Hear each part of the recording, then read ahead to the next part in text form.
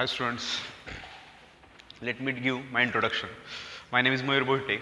I am an IT engineer from PCCOE College, Pune. PCCOE College तुम्हाला माहीत असेल, Pimpri Chinchwad college of engineering, top most college आहे पुणे युनिव्हर्सिटीतलं, पहिल्या 5 मधले.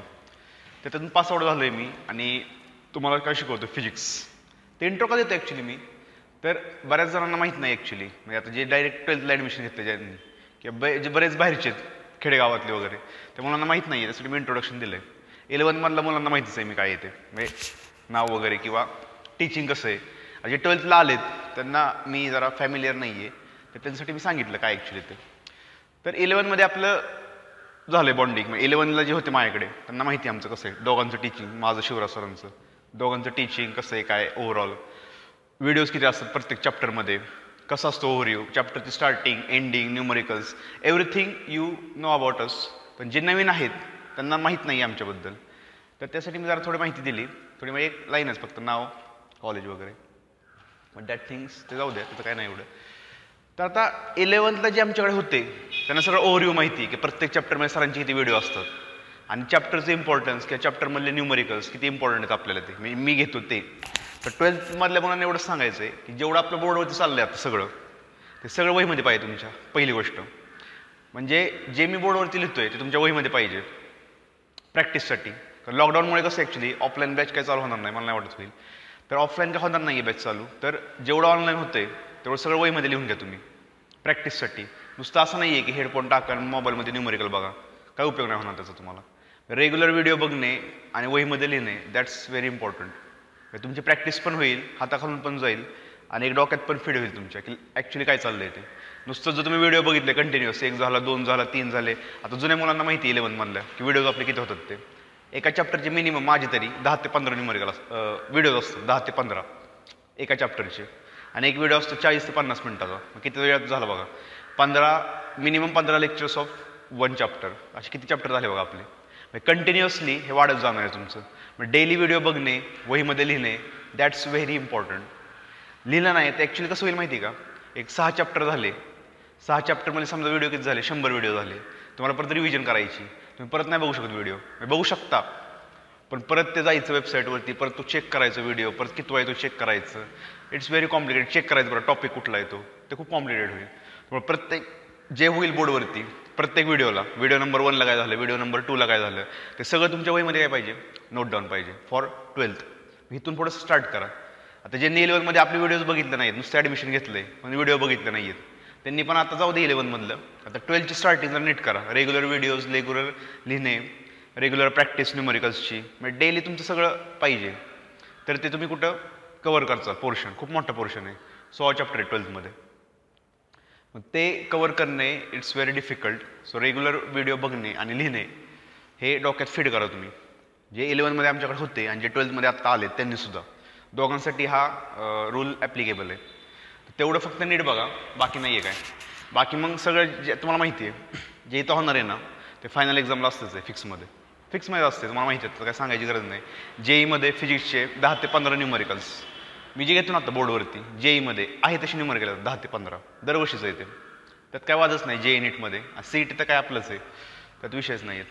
तर ते तुम्हाला माहिती आहे की आमचं घेतलेलं किती पेपरला येतं हे तुम्हाला माहितीच आहे. आमचा रिझल्ट आहे दरवर्षीचा, त्यात काय वाद नाही. फिजिक्स आणि केमिस्ट्रीचं, फिजिक्सचं तर माझं रिझल्ट आहे अख्ख्या फलटणमध्ये, कुठंच नाही. बाकी कुठेही जाऊ तुम्ही फलटणमध्ये, कुणाचंही नाव आहे का, रिझल्ट नाही आहे, रिझल्ट फक्त माझं आहे. कारण तेवढं टीचिंग आहे आमचं पुढं.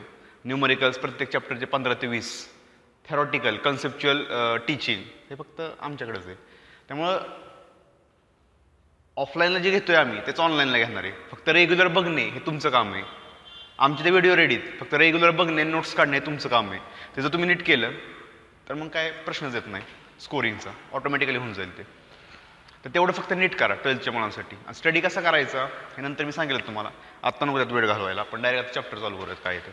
तर 12thचं एक ओव्हरव्ह्यू सांगतो मी तुम्हाला थोडक्यात की काय ॲक्च्युली 12th मध्ये टोटल आपले 16 चॅप्टर्स आहेत, 16 चॅप्टर्स. थोडक्यात सांगतो मी, जास्त वेळ नाही लावत तुमचा.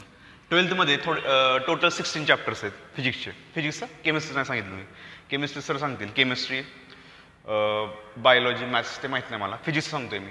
Total 16 chapters. आता जुन्या बुकमध्ये जर गेलं तर किती आहेत माहिती आहे का, 20. तुम्ही म्हणता सर पोर्शन कमी केला आहे का, तेवढाच आहे, गंडवलं आहे तुम्हाला. जुन्या पुस्तकात 20 आहे, जुन्या म्हणजे मागच्या वर्षी. आणि आत्ता काही माहिती का 16 चॅप्टर तेवढेच आहेत. काय केलं माहिती त्यांनी, ह्यातले 4 चॅप्टर आहेत ना, 4 चॅप्टर, त्या 4 मधले जे 2 चॅप्टर आहेत ना, 2-2, त्याचा 1 चॅप्टर केला आहे. आणि तो चॅप्टर कुठं टाकलाय म्हणजे इथे टाकला आहे. त्यामुळे 4ने काय झालंय ते कमी झाले. म्हणजे पहिला जो चॅप्टर आहे ना रोटेशनल डायनॅमिक्स, त्यामध्ये 2 चॅप्टर आहेत. सेकंड चॅप्टर आहे ना फ्लुइड मेकॅनिक्स, त्यामध्ये परत 2 चॅप्टर आहेत. किती झाले? 4 चॅप्टर. आणि पुढचे किती? 16. किती झाले? 20. म्हणजे पोर्शन तेवढाच आहे तुमचा, पोर्शन काय चेंज नाही झालं. 20-20 सेम, काही फरक नाही, काही एक्झॅक्टली सेम आहे, सेम. फक्त तुम्हाला गंडवलंय नंबरमध्ये 16 आणि 20. मला वाटलं पोर्शन कमी. एकदम मोठा पोर्शन आहे, वास्ट आहे. 16 चॅप्टर्स खूप मोठे आहेत, कळलंच तुम्हाला आता व्हिडिओ लेक्चर बघताना. कन्सेप्ट पण मोठे आहेत. आणि फिजिक्स तर काय ऑलरेडी अवघड सब्जेक्ट आहे, पण फिलिंगने बघितलं तुम्ही इथून, फिलने कन्सेप्टने पाठ नाही करायचं, फिलने कन्सेप्टने ते एकदम इझी जाईल तुम्हाला. तर टोटल 16 चॅप्टर्स आहेत. सांगेल तुम्हाला आम्ही आता 12 चालू करायच्या आधी की कसं आहे, म्हणजे ओव्हरऑल कसं आहे पोर्शन वगैरे, पुस्तक कोणते वापरायचे सगळं सांगेल तुम्हाला, त्याचं काय टेन्शन नका घेऊ तुम्ही. तर टोटल चॅप्टर 16, पुस्तक पण देईल तुम्हाला की आता मार्केटमध्ये ते मिळणार नाही लॉकडाऊनमुळे, PDF टाकतो मी ग्रुपवरती, होऊन जाईल तुमचं. तर 16 मधला पहिला चॅप्टर रोटेशनल डायनॅमिक्स स्टार्ट करूयात. चला, रोटेशनल डायनॅमिक्स त्याला प्रेमाने म्हणतात, म्हणजे जेई आणि नीटवाली माणसं काय म्हणतात त्याला प्रेमाने, रिजिड बॉडी डायनॅमिक्स. आता रिॲलिटीमध्ये रिजिड बॉडी डायनॅमिक्स हा चॅप्टर एकच आहे, पण तुमच्या महाराष्ट्र बोर्डमध्ये त्याला नाव काय दिलंय? Rotational dynamics. आणि त्यामध्ये त्यांनी 2 चॅप्टर ॲड केले. कोणते माहिती का? पहिला आहे सर्क्युलर मोशन, सर्क्युलर, आणि सेकंड आहे रोटेशनल मोशन. काय म्हणतो नीट बघा मी, तुम्ही परत म्हणता सर चॅप्टर केवढा मोठा आहे, तुम्ही 2 चॅप्टर काय करता ॲक्च्युली. तर रिॲलिटीमध्ये नीटच्या पोर्शनमध्ये हा एकच चॅप्टर आहे रिजिड बॉडी डायनॅमिक्स, आणि त्यामध्ये काय माहिती का हे. पण तुमच्या महाराष्ट्र बोर्डमध्ये नाव काय दिलं? Rotational dynamics. आणि त्यामध्ये रिॲलिटीमध्ये 2 चॅप्टर आहेत, सर्क्युलर मोशन आणि रोटेशनल मोशन. मी आत्ता या चॅप्टरमध्ये आपल्या 2 चॅप्टर स्टडी करायचं आहे, चॅप्टर नंबर 1 आणि चॅप्टर नंबर 2. आणि नीटमध्ये फक्त आहे rotational motion, rigid body dynamics, आणि सर्क्युलर मोशन वेगळा चॅप्टर आहे. पण तुमच्या पुस्तकात त्यांनी काय केलं आहे? मिक्स केलं आहे. तर रोटेशनल डायनॅमिक्स किंवा रिजिड बॉडी डायनॅमिक्स नीटमधला किंवा रोटेशनल मोशन हा जो चॅप्टर आहे ना, तो एक्स्ट्रीमली हार्ड चॅप्टर आहे. हार्ड म्हणजे जुन्या कुठल्याही मुलांना विचारा तुम्ही, 10 वर्ष पूर्वीच्या, 15 वर्षांपूर्वीच्या, म्हणजे एकदम जुना म्हणतोय मी, 10 ते 15 वर्ष, आमच्या वेळच्या मुलांना, 10 ते 15 वर्षाच्या मुलांना कुणाला विचारा तुम्ही की फिजिक्समधला 12th मधला सगळ्यात अवघड चॅप्टर कुठला, तर हेच सांगणार ते रोटेशनल मोशन. एकदम घाण चॅप्टर आहे. घाण म्हणजे एवढा पण घाण नाही बरं का, मेकॅनिक्स आहे, एकदम भारी. पण ह्याच्यासारखं नाही आहे. रे ऑप्टिक्स 11 मध्ये बघितलं बघा आपण, तसलं ते रे येतात मध्ये, ग्लास आहे, मग ते रिफ्रॅक्शन होऊन बाहेर जातं, घाणेरडं ते, तसलं नाही आहे. किंवा वेव्ह ऑप्टिक्स, वेव्ह ऑप्टिक्स 12वी होईल तुमचं.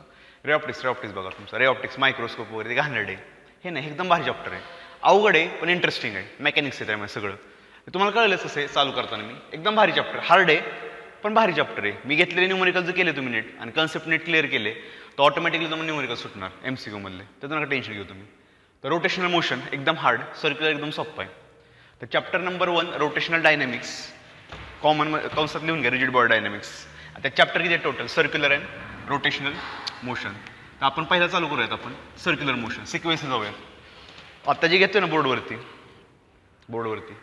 लिहिणार आहे मी, ते सगळं नीट लिहून घ्या वहीमध्ये. सगळं तुमच्या टेक्स्टबुकमध्ये थोडं घाणेरडे दिलं आहे त्यांनी, मध्ये सर्क्युलर, मध्ये रोटेशनल, एकदम घाण दिलं आहे. बोर्डवरती जे लिहितोय ना मी, ते सगळं नीट लिहून घ्या तुम्ही वहीमध्ये, एकदम बेस्ट. पहिलाच चॅप्टर एकदम भारी आहे, नाव काय? Circular motion. आता सर्क्युलर मोशन चालू करूयात की व्हॉट इज मीन बाय, एकदम बारका चॅप्टर आहे, मोठा नाही अजिबात. मिनिमम किती लागतील माहिती आहे तुम्हाला? थेरीचे 3 लेक्चर मॅक्स, त्यावरती 4 बस. थेरीचे 4 लेक्चर आणि न्यूमेरिकलचे मॅक्स 2 ते 3, म्हणजे 7 लेक्चर हा चॅप्टर संपेल आपलं. 7 मिनिमम 6 ते 7 लेक्चरमध्ये नीट केलं तर 6 ते 7 लेक्चर. आणि तिथनं आपण चालू करूयात रोटेशनल मोशन. तर चला, what is mean by circular motion, नावातच आहे, नावाने आपण स्टार्टिंग करतो चॅप्टरची. What is mean by circular motion? तर मोशन ऑफ पार्टिकल पहिला चॅप्टर आहे, पहिलेच डेफिनेशन आहे, त्यामुळे पहिलंच मी जरा लिहून घेतो, कारण मी लिहित नाही जास्त थेरी, मी डायरेक्ट कन्सेप्ट सांगतो आणि प्रूफ चालू करतो. तर सर्क्युलर मोशन काय ॲक्च्युली ते लिहून घेतो. The motion of particle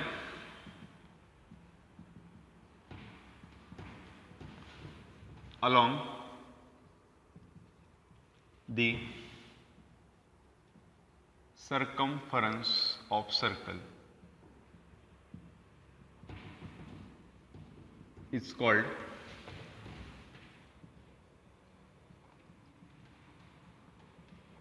circular motion. काय लिहिले? The motion of particle along the circumference of circle is called as circular motion. What is meant by circular motion? What is meant by motion? Motion काय actually रिॲलिटीमध्ये? आता जे 11ला आमच्याकडे होते त्यांनी एक chapter बघितला आहे बघा, चॅप्टर नंबर 3 11वीतला, मोशन इन अ प्लेन. जे आपले किती लेक्चर झालेत, व्हिडिओ लेक्चर 30 लेक्चर झालेत. आता जे नवीन 12thला आले त्यांना 11चं पोर्शन दिसणार नाही. जर 11चं बघायचं असेल तसं त्यांनी मला पर्सनली सांगावं फोन करून की सर आम्हाला 11चं पोर्शन बघायचं आहे. होऊ शकतं त्यांचं ॲडजस्ट. आता जे 11ला आमच्याकडे होते त्यांना 11th आणि 12th दोन्ही फोल्डर दिसणार आहेत, त्यामुळे टेन्शन नाही त्यांचं काय. तर 11मधला तिसरा chapter motion in a plane, नावच होतं मोशन इन अ प्लेन, एकदम डिटेलमध्ये झाला आहे. सगळ्यात भारी चॅप्टर 11मधला. कायनेमॅटिक्स जो इंजिनिअरिंगला पण आहे, कायनेमॅटिक्स अँड लॉज ऑफ मोशन. तर कायनेमॅटिक्समध्ये मी सांगितलेलं what is mean by motion. Motion म्हणजे काय रिॲलिटीमध्ये? मोशन म्हणजे displacement of object from one point two another. म्हणजे सध्या मी आता इथे मी इकडे गेलो, मी पोझिशन काय केली, चेंज केली. म्हणजे पोझिशनमधला जो चेंज आहे that thing is called as motion. म्हणजे समजा मी इथं थांबलो आणि मी एक तास इथंच आहे, मोशन म्हणता येईल का? नाही. मी इकडून इकडे गेलो, परत इकडं आलो, म्हणजे मी काय करतोय continuously I am changing my position. आणि हे जे चाललंय ना माझं इकडून इकडे इकडून इकडे, that thing is called as motion. आणि एकदम डिटेलमध्ये आपलं 11मध्ये झालं की what is mean by motion and types of motion, की मोशन कसले प्रकारचे असतात. There are 3 types of motion, 1D, 2D and 3D. 1D म्हणजे काय? वन डायमेन्शनल, म्हणजे एका लाईनमध्ये. म्हणजे पार्टिकल सरळ जात असेल that is called as one dimensional. Rectilinear motion, rectilinear म्हणजे काय? ठीक आहे, आता चाललंय ते माझं, मी इथं थांबलोय, मी पुढे गेलो कंटिन्युअसली किंवा मी परत माघारी आलो. एका लाईनवरती मोशन असेल that is called as rectilinear motion किंवा कर्व्हिलिनियर मोशन. म्हणजे समजा असं आहे, मी असं गेलो, इकडे गेलो, असं गेलो, तिरकं गेलो, that is called as curvilinear motion. म्हणजे जे मोशन फक्त एकाच ॲक्सिसवरती आहे, एकच ॲक्सिस, एक्सवरती, वायवरती, झेडवरती, that is called as one dimensional motion. What is mean by 2 dimensional motion? एक चॅप्टर बघितलं आपण 11मध्ये, तिसरा कसलं काय? Projectile motion. So projectile motion is an example of 2 dimensional motion. आणि 2 डायमेन्शनलमध्येच एक टॉपिक आहे दुसरं एक्झाम्पल आहे सर्क्युलर मोशन. आता 2 डायमेन्शनल काय म्हणतात ह्याला? सर तुम्ही म्हणता सर वाय 2 डायमेन्शन म्हणजे काय? 2 डायमेन्शन काय नक्की? म्हणजे बघा, आता हा पॉईंट मी घेतला समजा, आता हे तुम्हाला माहिती आहे. आता जे 11ला आमच्याकडे होते त्यांना हा चॅप्टर एकदम डिटेल माहिती आहे. What is mean bye projectile motion. एकदम भारी, सगळ्यात माझा फेवरेट चॅप्टर आहे हा प्रोजेक्टाईल मोशन, एकदम फेवरेट. ते वरून पार्टिकल सोडला, खालून सोडला, त्याचा मेकॅनिक्स, एकदम भारीतला चॅप्टर आहे हा प्रोजेक्टाईल. आणि त्याच्यावरती फिक्समध्ये क्वेश्चन असतो नीटला आणि जेईला असतोच दरवर्षी. तर ह्यात त्यांना माहिती आहे की हा curve is called as projectile. आता मी समजा हा पॉईंट घेतला, हा आता मी ह्या पॉईंटला लोकेट करायचं आहे, मला लोकेट मी पोझिशन सांगेन मी कुठे येतो ॲक्च्युली पार्टिकल. तर मी काय म्हणणार, हे असं ड्रॉ करणार, हे मेजर करणार किती आहे 3 मीटर, हे किती आहे समजा 4 मीटर, 3,4. म्हणजे ॲक्च्युली या पाथमध्ये हा जो पॉईंट आहे त्या पॉईंटचं मी लोकेशन सांगितलं. काय सांगितलं? 3,4. मग एक्सपासून 3 आणि वायपासून 4. So 3,4 is the position of that particle. म्हणजे पार्टिकलची पोझिशन मी 2 पॉईंटने सांगितली, so it is called as 2 dimensional motion. मी पार्टिकलची पोझिशन फक्त एका पॉईंटने सांगितली, so it is called as 1 dimensional motion. म्हणजे रिप्रेझेंटेशन ऑफ पार्टिकल किंवा representation of any point on the curve जर आपण 2 ॲक्सिसने सांगत असेल तर it is called as 2 dimensional motion, 2 लाईनमध्ये. म्हणजे हा पार्टिकल एक्समध्ये पण मूव्ह होतोय आणि वायमध्ये पण मूव्ह होतोय, so it is called as 2 dimensional motion. तर एक फेमस एक्झाम्पल आहे प्रोजेक्टाईल मोशन. आणि सेकंड एक्झाम्पल आहे सर्क्युलर मोशन. हे मी तुम्हाला 11मध्ये पण सांगितलंय. आणि 11मध्ये काय म्हणलेलं तुम्हाला मी की हा चॅप्टर आपण 11मध्ये बघूयात आणि हा चॅप्टर तुम्हाला कधी बघूयात 12चा पहिला चॅप्टर, तो आत्ता आलाय बघा, सर्क्युलर मोशन, ते बघूयात. 3D काय? पतंग लावले, आपण नाही म्हणत लावले नागपंचमीला, तो लावले बांधला पतंग आहे ना तो तसला, हे असलं पतंग. हे जे पतंग आहे ते कुठं पण जातं बघा, कुठं पण जातो, पुढे मागे right left. So it is called 3 dimensional motion. So basically motion is nothing but position of object किंवा change in position of object is called as motion. आणि motion has 3 types, 1D, 2D and 3D. तर आपण हे नाही बघणार, हे नाही बघणार, आपण हे बघणार आहे. ह्यामध्ये पण काय बघणार आहे? Circular motion. तर जे 12thला आले त्यांना कळलं असेल की what is mean by motion, types of motion आणि सर्क्युलर मोशन नक्की काय ॲक्च्युली. तर सर्क्युलर मोशन हे काय, पार्टिकलचं motion along the circumference of circle is called as circular motion. आणि 12thवाल्यांना एक माझी ॲडवाईस आहे की लॉकडाऊन आहे, नाही आहे, डझंट मॅटर टू मी. ह्या वर्षी 12वीची एक्झाम होणारच आहे ऑफलाईन, ऑप्शनच नाही, घ्यावीच लागणार आहे. कारण एक्झाम जर नाही घेतली त्यांना ॲडमिशन कसं मिळणार? CETच्या म्हणजे कुठं जाणार, म्हणजे कुठला मुलगा कुठं जाणार ॲडमिशनला, कोणतं कॉलेज मिळणार? त्यामुळे त्यांना एक्झाम घ्यावीच लागणार ह्या वर्षी. जरी पुढच्या वर्षी करोना नसणार आहे, म्हणजे असं मला तर वाटतंय एवढं चालणार नाही. 2 वर्ष झाले, 3रं वर्ष पण नाही जाऊ शकत. आणि पुढच्या वर्षी 108% तुमची एक्झाम होणार बोर्डाची फिक्समध्ये. मी तर म्हणेल फेब्रुवारी पण होऊ शकते, फेब्रुवारीत पण होईल, फेब्रुवारी मार्चमध्ये, काय सांगता येत नाही. कोरोनाचा एकदम कव्हर झाला दिवाळीपर्यंत, चुकून झालाच, तर ते तुमची एक्झाम फेब्रुवारीत पण घेतील. सो तुम्हाला प्रिपेअर राहावं लागणार आहे. तुम्ही असं नका म्हणून आता एक्झाम 11वीची नाही झाली मग 12वीची पण नाही होणार, त्या ह्यात राहू नका. पुढच्या वर्षी तुमची एक्झाम आहे, आत्ता नाही, आता फक्त तुमचं 12th चालू झालं आहे. पुढच्या वर्षी तुमची 12thची एक्झाम आहे आणि तोपर्यंत कोरोना फिक्समध्ये जाणार आहे. त्यामुळे फिक्समध्ये तुमची एक्झाम होणार आहे. त्यामुळे सगळं प्रिपरेशन पाहिजे. सगळे व्हिडिओ लेक्चर बघा, सगळे आमचे फिजिक्स आणि केमिस्ट्रीचे सगळे व्हिडिओ लेक्चर्स. फिक्समध्ये तुमची एक्झाम होणार आहे. तुम्ही काय म्हणताल नाही होणार एक्झाम, राहू दे, कशाला करायचे, तसलं जर केलं ना तर मग तुम्ही फिक्समध्ये नापास पुढच्या वर्षी, फिक्समध्ये नापास. तेव्हा रेग्युलर व्हिडिओ बघणे, नोट्स काढणे, तुम्ही प्रिपेअर राहायला पाहिजे. एक्झाम त्यांनी कधी पण घेऊ द्या, उद्या घेतली तरी तुम्ही प्रिपेअर पाहिजे. त्यांचं काय जातं आहे, ते फक्त एक्झाम घेणार. तुमचं आहे शेवटी पेपर लिहिणे, मार्क पाडणे, ॲडमिशन घेणे. त्यांनी त्याला थोडीच ॲडमिशन घ्यायचं आहे.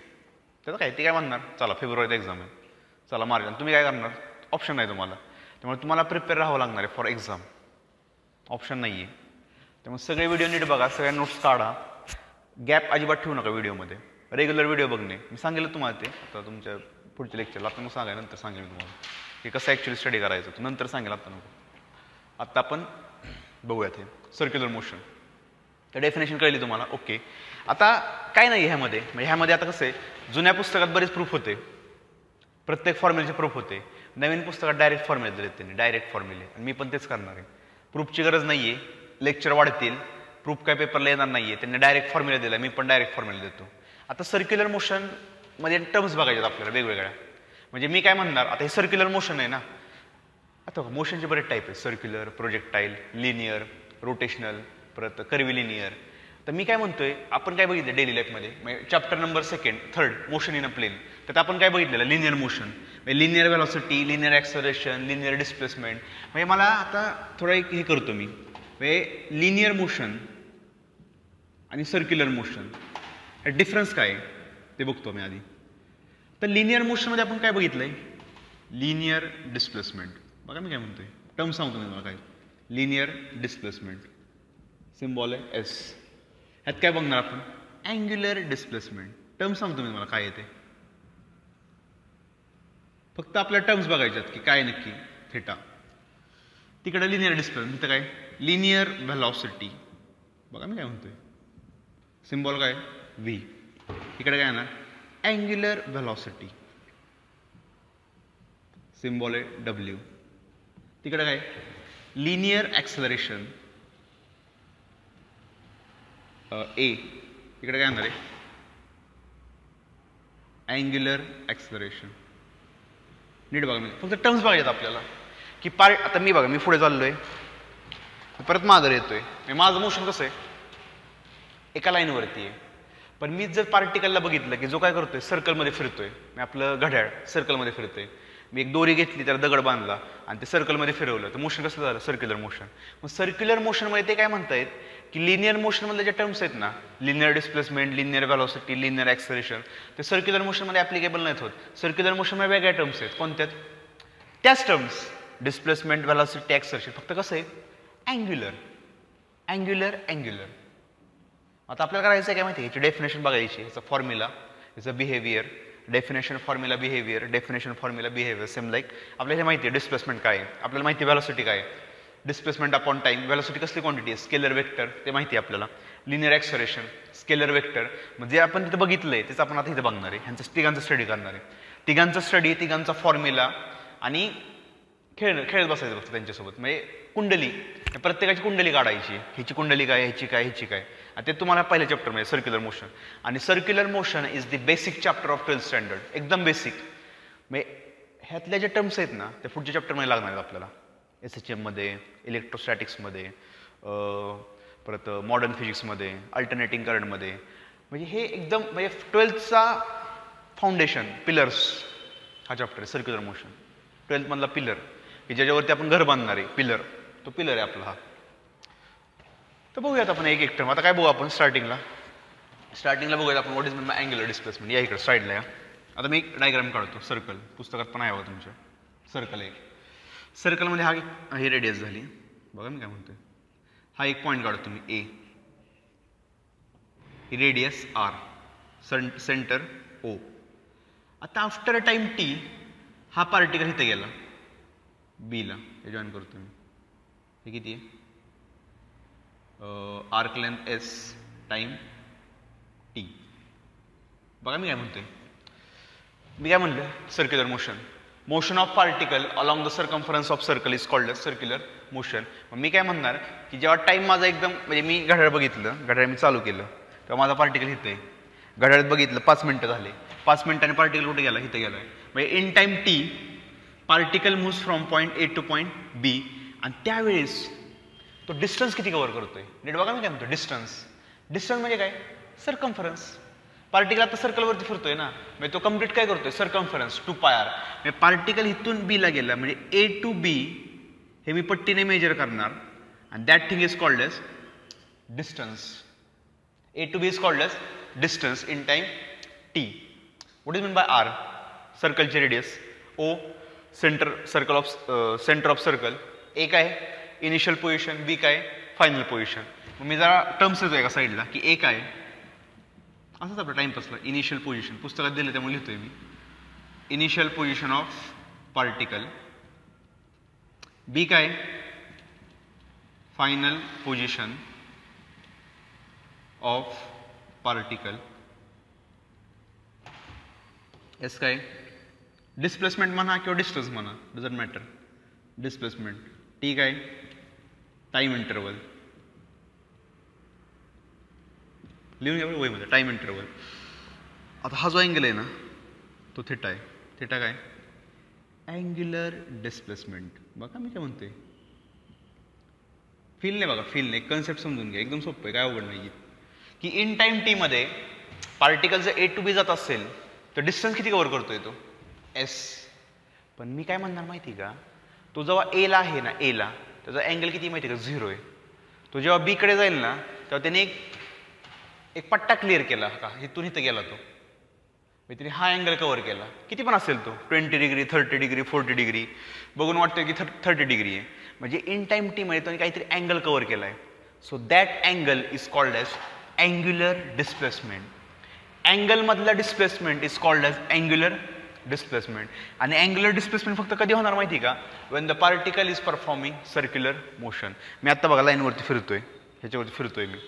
माझ्या केसमध्ये काय अँग्युलर डिस्प्लेसमेंट नाही, काय संबंध. मी इथून पुढे गेलो, इथून माघारी गेलो, मी कव्हर काय करतोय. पण मी जर सर्कलमध्ये फिरत असेल तर मी काय कव्हर करणार. तर अँग्युलर डिस्प्लेसमेंटचा एक फॉर्म्युला आहे, त्यांनी डायरेक्ट दिलाय, प्रूफ नाहीये. Angular displacement is equal to arc length divided by radius. आणि आर्क लेंथचा सिम्बॉल काय एस अपॉन आर. लिहून घ्या, SI युनिट रेडियन. पहिला फॉर्म्युला आपला 12th मधला सगळ्यात पहिला फॉर्म्युला हा. Angular displacement is equal to angular displacement is equal to arc length divided by radius. आणि हा फॉर्म्युला कुठे तुमचा 10th मध्ये पण झाला आहे. This is called sector. Area of sector आठवलं का, नाही आठवलं, 10वी झाला असेल की सेक्टर. तर सगळ्यात फेमस फॉर्म्युला झाला आपला आत्ता पहिल्या ह्या चॅप्टर मध्ये पहिला. What is mean by angular displacement, arc length divide by radius. म्हणजे तुमची जी आर्क आहे त्याची लेंथ किती आहे डिवाइड बाय रेडियस करा. So that thing is called as angular displacement. आणि हे काय ॲक्च्युली अँगल आहे ना, तो अँगल आहे दादा 30 डिग्री. युनिट काय येणार आहे रेडियन. अँग्युलर डिस्प्लेसमेंट याचा युनिट काय येणार आहे रेडियन. ते लिहून घ्या पहिलं, आपलं सगळ्यात पहिलं लिहून घ्या बोर्डवर, जेवढं आहे तेवढं लिहून घ्या. डेफिनेशन हे लिहिलं तरी चालेल, सिम्बॉल लिहा आणि ते फिगर काढा, शेजारी हे लिहा काय हे नक्की हे लिहा आणि फॉर्म्युला फायनल. प्रूफ नाही आहे. Theta arc length upon radius S upon R. This is called angular displacement. एवढंच आहे झालं. आता what is mean by angular velocity, जास्त नाही आहे, एवढंच आहे. तुम्ही म्हणता सर अजून काय आहे का, नाही एवढंच आहे, जास्त नसतं आहे ते. ह्याचं काय आहे, ह्याचं काय आपण सांगतो लिनिअर डिस्प्लेसमेंट मीटरमध्ये झालं, हे तर पण तेच आहे. फक्त फॉर्म्युला लक्षात ठेवा, theta is equal to S upon. आता फक्त फॉर्म्युला लक्षात ठेवायचे तुम्हाला, सगळे फॉर्म्युले सगळे महत्त्वाचे आहेत. हे लिहून घ्या, रफ करतो मी आता सेकंड बघूयात आपण. सेकंड टर्म हे झाली पहिली. सेकंड काय बघा, अँग्युलर वेलॉसिटी W काय बघा, W म्हणजे ओमेगा ग्रीक लेटर आहे. आपलं पण W म्हणलं तरी चालेल, पण ते ग्रीकमध्ये एक W आहे, त्याला ओमेगा म्हणतो आपण. ओमेगा सिम्बॉल आहे, लक्षात W नका म्हणू, ओमेगा म्हणा. Angular velocity omega W, Greek letter आहे तो, इंडियन पण आहे आपलं W, पण ते ग्रीकमध्ये त्याला ओमेगा म्हणतात, ओमेगा. आणि वरती एरो करा, झालं. अँग्युलर व्हेलॉसिटी काय, the rate of change of angular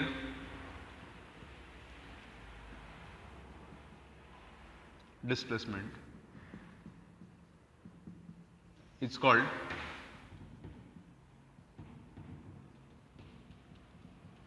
काय बघा, the rate of change of angular displacement is called as angular velocity. हे काय म्हणतो आपण, the rate of change of linear displacement is called as linear velocity. मग मी काय म्हणणार, इन टर्म्स ऑफ अँगल, तेच डेफिनेशन बाळा. The rate of change of काय, लिनियर डिस्प्लेसमेंट. मी काय म्हणणार, angular displacement is called as angular velocity. इथे जे लिहिलंय ना आपण, तिथे तो कॉपी करायचं, फक्त लिनियरला रिप्लेस करा अँग्युलरने, विषय संपला. आणि थोडा फॉर्म्युला चेंज होणार आहे, खतम. अँग्युलर डिस्प्लेसमेंट काय, W is equal to D theta upon D T, खतम. डी थिटा काय, आता जे 11वीत आपल्याकडे होते त्यांना माहिती आहे. डी थिटा काय, चेंज इन अँग्युलर डिस्प्लेसमेंट, किंवा असं म्हणलं तरी चालेल, θ2 मायनस θ1, T2 मायनस T1. आणि डी टी काय, चेंज इन टाइम, खतम. सिंपल आहे. ओमेगा फील होतं की तुम्हाला, की तुमचा पार्टिकल सर्कलमध्ये फिरतोय, मग सर्कलमध्ये फिरताना तो अँगल कव्हर करणार आहे.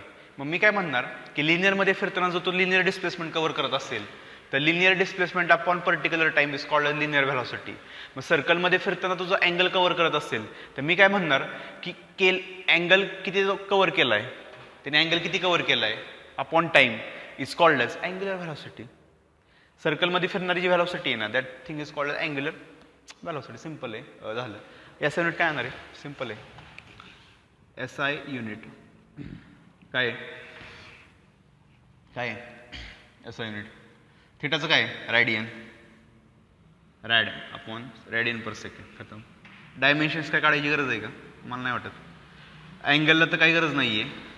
अँगल L0 M0, अँगल कुठं असतंय काय तेव्हा, डायमेन्शन L0 M0 T⁻⁻1 लिहून घ्या वहीमध्ये. पुस्तकात जर गांधी आहे तुमच्या, लिहून घ्या वहीमध्ये. डेफिनेशन, फॉर्म्युला आणि टर्म्स, डी थिटा काय, डी टी काय, एस आय युनिट काय, डायमेन्शन्स काय, that terms are called as dimension. This called as angular velocity. Simple आहे बाळा, सिंपल. ह्याचा फॉर्म्युला काय, ds/dt. इथं पण dt, इथं पण काय असणार आहे dt. फक्त इथं काय, लिनियर डिस्प्लेसमेंट, इथे येणार अँग्युलर, फक्त डी थिटा येणार आहे, खतम. विषय संपला. कसली क्वांटिटी आहे, वेक्टर. वरती एरो दिलाय बघा, वेक्टर क्वांटिटी. आता ज्यांनी 12th ऍडमिशन घेतलं ना डायरेक्ट आपल्या 12thला, त्यांनी काय करा माहिती आहे का, तुम्हाला आता कसं आहे, ज्यांनी 12thला डायरेक्ट घेतलं त्यांचं जरा अवघडच आहे. लिंकिंग आहे रे सगळे, हे 11thचा पोर्शन 12thचा पोर्शन हा लिंकिंग आहे. आता स्केलर वेक्टर हे आपण 11मध्ये एकदम डिटेलमध्ये बघितलं. जे आमच्याकडे होते 11thला त्यांना एकदम इझी जाणार. 11 मधला स्केलर वेक्टर झालाय, त्यांना सगळं माहिती आहे की वेक्टर क्वांटिटी काय, स्केलर क्वांटिटी काय, एरो कसा देतो आपण, तिथून मी सांगितलं तुम्हाला, एरोपासून सांगितलंय मी तुम्हाला. सो 11वीतला scalar vector is extremely important chapter. Resolution of vectors. Resolution of vector काय माहिती का, ते तुम्हाला ह्या चॅप्टरमध्ये कळेल. ह्या चॅप्टरमध्ये न्यूटन्स लॉज ऑफ मोशनमध्ये what is mean by resolution of vector, एकच टॉपिक आहे. एक टॉपिक म्हणजे माझ्या मते रिझॉल्युशन ऑफ वेक्टर हा कन्सेप्ट 1 मिनिटाचा आहे, शिकवायचं म्हणलं तर 1 मिनिटाचा. पण त्या 1 मिनिटाच्या कन्सेप्टवरती 7 ते 8 चॅप्टर चालतात, मोठमोठे घाणेरडे मेकॅनिक्स वगैरे, त्या रिझॉल्युशन ऑफ वेक्टर्सवरती. तर तुम्हाला कळलं जातं रिझॉल्युशन ऑफ वेक्टर्स किती महत्त्वाचं आहे. तर 11वीतल्या मुलांना कळत नसतं रिझॉल्युशन ऑफ वेक्टर, त्यांनी 11वीतला व्हिडिओ बघा, सॉरी 12वीतला आत्ता जे नवीन आलेत त्यांना जर कळत नसेल की रिझॉल्युशन ऑफ वेक्टर काय आहे, त्यांनी 11वीतला व्हिडिओ बघा, ऑप्शन नाही त्याशिवाय काय आता. आणि हे स्केलर वेक्टरचं मला माहीत पाहिजे, बेसिक आहे. हे जर माहीत नसेल तर मग मी नाही सांगू शकत आता, मी रिपीट नाही करू शकत. ते व्हिडिओ बघा वेबसाईटवरती जाऊन 11वीतले, मी नाही सांगू शकत. ज्यांचं आता 11वीत झालं आहे त्यांना इझी पडेल, त्यांचं काय नाही. पण नवीनवाल्यांचं थोडं अवघड होईल. स्केलर वेक्टर माहीत पाहिजे. वेक्टर क्वांटिटी काय, ज्याला डायरेक्शनल मॅग्निट्यूड आहे that thing is called as vector quantity. म्हणजे अँग्युलर ही कसली क्वांटिटी आहे, वेलॉसिटी, वेक्टर ही पण काय येणार आहे, वेक्टर. अरे एकच आहे की displacement displacement, velocity velocity, acceleration acceleration, ही तिन्ही वेक्टर, ही तिन्ही काय असणार आहेत, वेक्टर. विषयच नाही आहे. So angular velocity is a vector quantity. Okay. मग सर डायरेक्शनचं काय, हां आता डायरेक्शन बघा सर, डायरेक्शन कशी काढायची बघा. हे रफ करू का मी, रफ करतो. हे माहिती आहे ना तुम्हाला. हे झालं आपलं, झालं. आता काय करणार सांगतो तुम्हाला मी. हे झालं की हे घेणार मी, हे पण होणार. आणि नंतर एक फॉर्म्युला सांगणार मी की relationship between velocity and omega. हे लिहायचं काय नाही, हे फक्त मी आपलं कन्सेप्टसाठी सांगितलं आहे की आपण ॲक्च्युली आत्ता काय करतोय, आपण कम्पॅरिझन करतोय लिनियर मोशन आणि सर्क्युलर मोशनमध्ये. आणि सर्क्युलर मोशनमधलं आत्ता आपण टर्म्स बघतोय, त्यासाठी मी लिहून काढले. एवढं काय महत्त्वाचं नाही आहे ते रफ करतो मी. आता what is mean by direction, how to find direction of angular velocity, महत्त्वाचं आहे बरं काय. आता त्यांनी एक कन्सेप्ट मांडला, काय मांडला माहिती आहे का, राईट हँड रूल. लिहित नाही मी राईट हँड रूल, सांगू तुम्हाला एक राईट हँड रूल. किंवा एक मिनटं, राईट हँड रूल नको, आत्ताच नको right hand rule. Right hand rule नंतर सांगू तुम्हाला. बरं हां असं राईट हँड रूल. ओके. आता समजा हे सर्कल आहे बघा, मी काय म्हणतोय नीट बघा पुढे. आणि हा माझा पार्टिकल आहे आणि तो असं फिरतोय, असं म्हणजे कसं, अँटी क्लॉकवाईज. हे माहिती आहे तुम्हाला, क्लॉकवाईज अँटी क्लॉकवाईज, घड्याळ्याच्या दिशेने क्लॉकवाईज. 12 ते 1, 12 वाजले, 1 वाजला, 2, 3, 4, हे काय झालं क्लॉकवाईज. उलटं म्हणलं मी, 12 वरून 11, 11 वरून 10, अँटी क्लॉकवाईज. तर पार्टिकल जर माझा अँटी क्लॉकवाईज रोटेट करत असेल, अँटी क्लॉकवाईज, तर according to right hand rule, एकदम भारी बरं का, भारी भारी भारी रूल आहे बरं का, राईट हँड रूल एकदम भारी, क्लास खतरनाक. हा रूल कुठं लागणार माहिती आहे तुम्हाला, मॅग्नेटिझममध्ये, मॅग्नेटिक चार्ज त्यामध्ये लागणार आहे. What is mean by right hand rule. तर राईट हँड रूल ह्या सायंटिस्टने इन्व्हेंट केला आहे. ते काय म्हणले माहिती आहे का, की तुमचा राईट हँड घ्या, हा नाही घ्यायचा बरं, हा घ्यायचा राईट हँड. राईट हँडमधले जे बोट आहेत ना तुमचे, कल्स, फिंगर्स, ते रोटेट करा. कुणाच्या अलाव, पार्टिकलच्या मोशनच्या अलाव. कन्सिडर युअर राईट हँड किंवा put your right hand and rotate your fingers along the direction of motion of particle. काय म्हणते मिनिट बघा.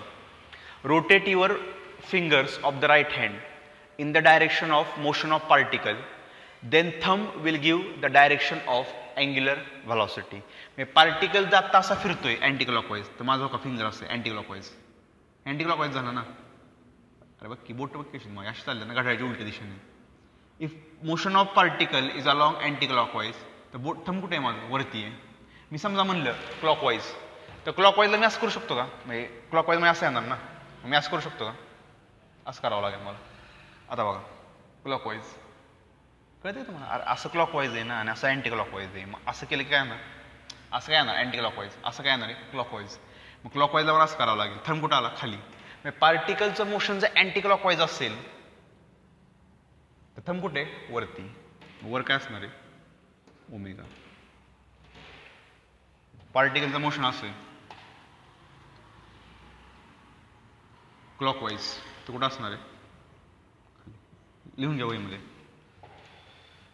Right hand rule I think पुस्तकात आहे तुमच्या, लिहिलं तरी चालेल. किंवा राईट हँड रूल काय, रोटेट युअर, लिहून घ्या वहीमध्ये, rotate your fingers along the direction of motion of particle, then thumb will give the direction of angular velocity. सोपं आहे. Rotate your fingers of right hand along the direction of motion of particle, then thumb will give the direction of angular velocity. तुम्ही म्हणता sir हे असं का सांगितलंय, particle तर सर्कलमध्ये चाललंय, तुम्ही म्हणता व्हेलॉसिटी वरती आहे, what does it mean.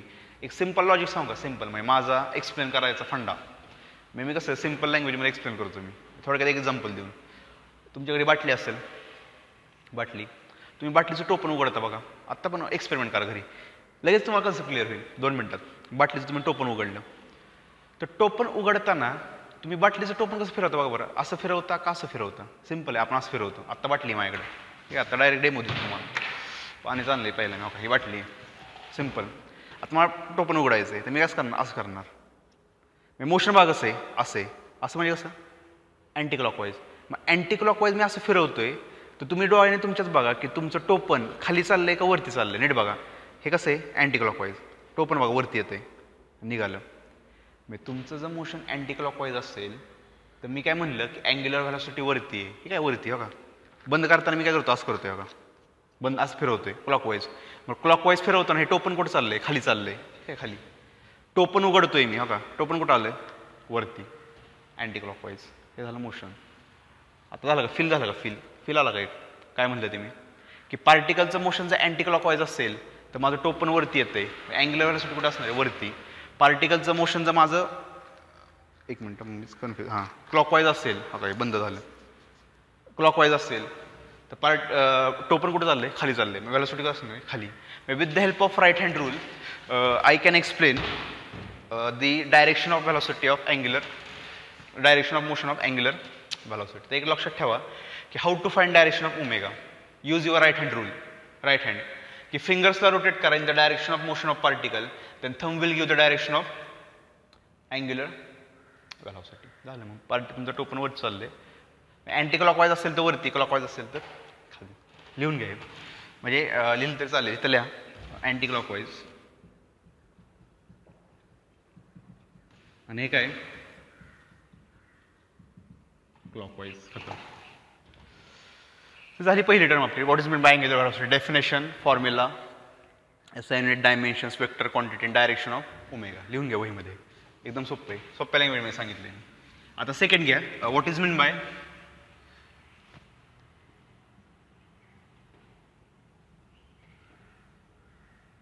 Angular acceleration. Angular acceleration काय? आता लिनियर ॲक्सलरेशन काय? लिनियर ॲक्सलरेशन माहिती आहे का तुम्हाला? स्टार्टिंगला व्हेलॉसिटी किती आहे? 10, नंतर किती झाली? 30. मग ॲक्सलरेशन काय म्हणतो मी? Change in velocity v2 - v1 upon t2 - t1. So 30 - 10 आणि टाईममधला चेंज किती? समजा 2 सेकंद आहे. So this term is called as acceleration. Change in velocity upon time is called as acceleration. हे कुठले? लिनियरमधलं. मग अँग्युलरमध्ये काय होणार? अँग्युलरमध्येच की the rate of change of angular velocity. खतम, खतम, finish. is called as angular.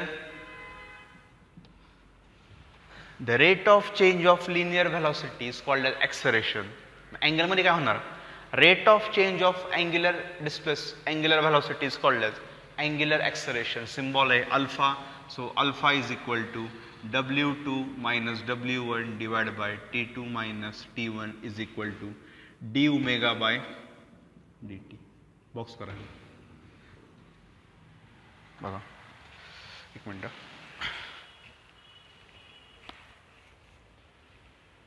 Omega 2 minus omega 1 is equal to D omega upon D. खतम. याचा युनिट त्याचं काय? त्याचं युनिट काय? Metre per second square.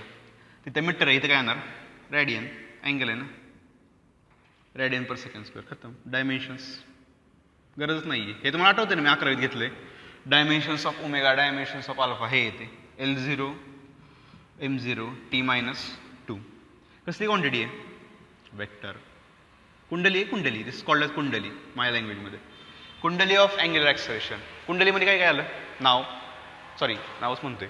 Definition, formula, SI unit, dimensions आणि कसली क्वांटिटी? वेक्टर.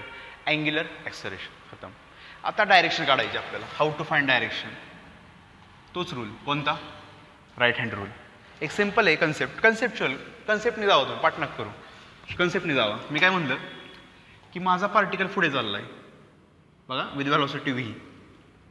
मला एक सिम्पल फंडा सांगा. लहान मुलाचा क्वेश्चन आहे, 5वीतल्या मुलांचा क्वेश्चन, की पार्टिकल जर पुढे जात असेल तर ॲक्सलरेशन कुठं असणार आहे?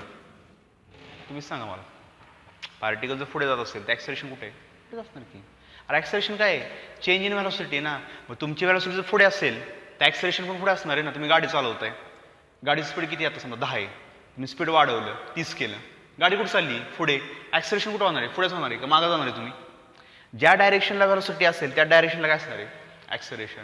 मग सिम्पल रूल आहे, राईट हँड रूल. आत्ताच मी बघितलं की पार्टिकल जर माझा अँटी क्लॉकवाईज जात असेल तर अँग्युलर व्हेलॉसिटी कुठं असणार आहे, अपवर्ड.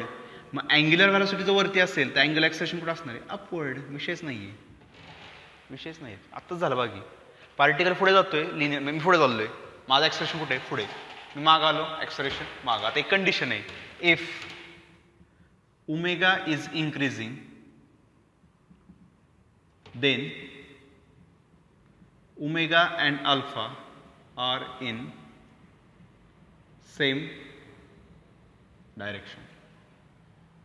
काय म्हणलं मी की अँग्युलर व्हेलॉसिटी वाढतीये म्हणजे काय, 10 वरून 20, 20 वरून 30, 30 वरून 40 जात असेल तर अल्फा पण पुढेच असणार आहे. सांगतो मी तुम्हाला.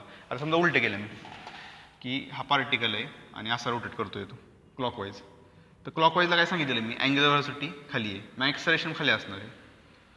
Same same same. हे इथं पण लिहून घ्या, हे जे लिहिलं आहे ना मी इथं, हे इथं लिहून घ्या खाली. झालं. आता एक सेकंड केस काढतो मी. हे लिहिलं आहे ना, हे लिहिलं आहे ना, हे रफ करतो मी. आता समजा माझा पार्टिकल असा आहे अँटी क्लॉकवाईज, तर अँग्युलर व्हेलॉसिटी कुठे आहे, वरती आहे. पण अँग्युलर व्हेलॉसिटी डिक्रीजिंग आहे, मग अल्फा कुठं असणार आहे, खाली. If omega is decreasing then omega and alpha are in, हे काय सांगितलं, काय सांगताय तुमचं, हे नाही समजलं नाही. ओमेगाची व्हॅल्यू कमी होती म्हणजे काय, म्हणजे स्टार्टिंगला ओमेगा 1 किती आहे, 30. नंतर मी ब्रेक लावला 20, मी अजून ब्रेक लावला 10, म्हणजे कंटिन्युअसली ओमेगा काय होतोय, डिक्रीज. तुम्ही मला विचारलं की सर अल्फा किती असेल, तर अल्फाचा फॉर्म्युला काय, चेंज फायनल मायनस इनिशियल. आता ह्या दोघांमध्ये बघा, फायनल कोण आहे, ओमेगा 2, इनिशियल कोण आहे, ओमेगा 1. मग मी काय म्हणणार, ओमेगा 2 मायनस ओमेगा 1, आणि दोघांमधला टाईम किती आहे समजा 2 सेकंडचा आहे, 2. तर ओमेगा 2 किती आहे, 20, 20 वजा 30 डिवाइड बाय 2, म्हणजे किती आलं, 10/2. म्हणजे आन्सर काय तुमचं, -5.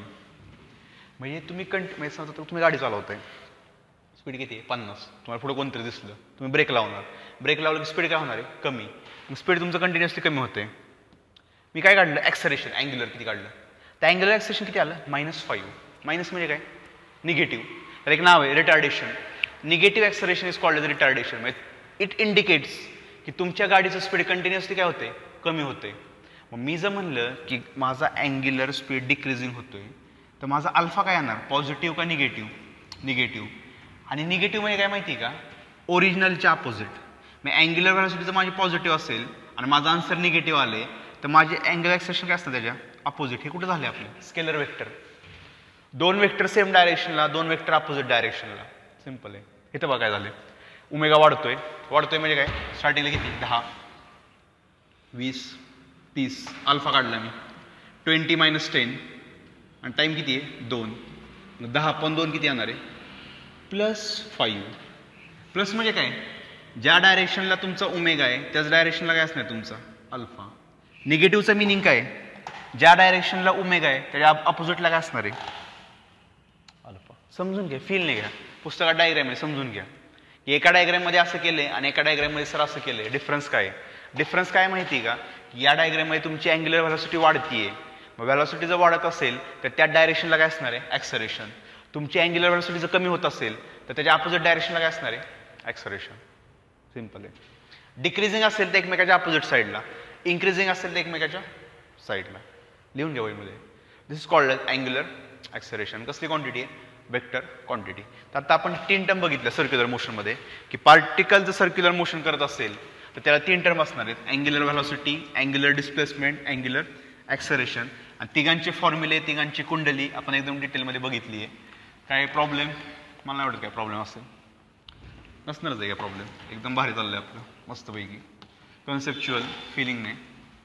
काय डाऊट वगैरे काय नसेल मला वाटते, काय डाऊट बघा. आता डाऊट असल्या अवघड आहे, नसेल डाऊट माझ्या मते. तर 3 फॉर्म्युले बघितले आपण. पहिला काय बघितला, थिटा S/R.